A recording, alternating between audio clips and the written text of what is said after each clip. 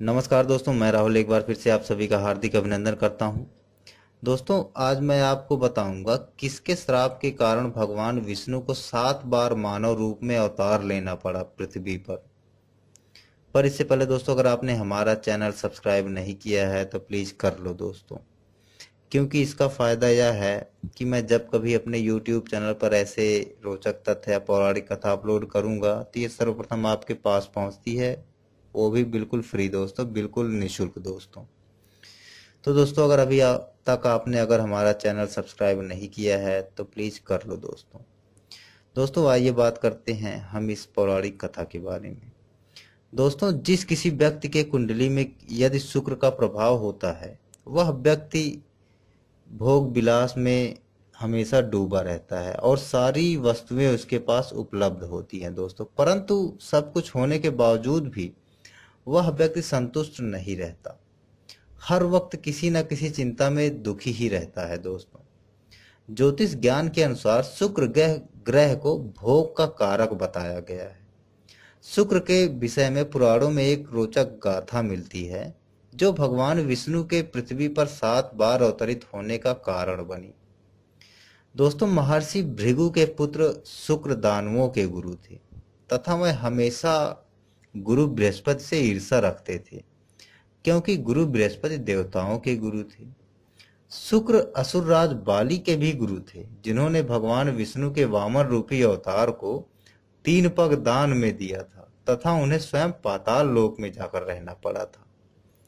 दोस्तों, हरवंश पुराण में उल्लेखित एक कथा के अनुसार एक बार दानव गुरु शुक्र भगवान शिव के पास कैलाश पर्वत गए तथा उनसे दानवों को देवताओं से सुरक्षित करने का उपाय पूछा। दोस्तों, शिव शुक्र से बोले कि तप ही एकमात्र ऐसा साधन है जिसके प्रभाव से तुम दानवों को देवताओं से सुरक्षित रख सकते हो। दोस्तों, भगवान शिव की आज्ञा से शुक्र तप करने चले गए तथा कई वर्षों तक उन्होंने घोर तप किया। जब शुक्र तप में लीन थे, उस समय देवताओं और असुरों के मध्य बहुत भयंकर युद्ध हुआ। वह इस युद्ध में भगवान विष्णु ने शुक्र की माता का वध कर दिया। इधर जब शुक्र का तप पूरा हुआ तो उन्होंने वरदान स्वरूप मृत संजीवनी की दीक्षा प्राप्त हुई। दोस्तों, इस शक्ति के प्रभाव से वह मृत व्यक्ति को पुनः जीवित कर सकते थे।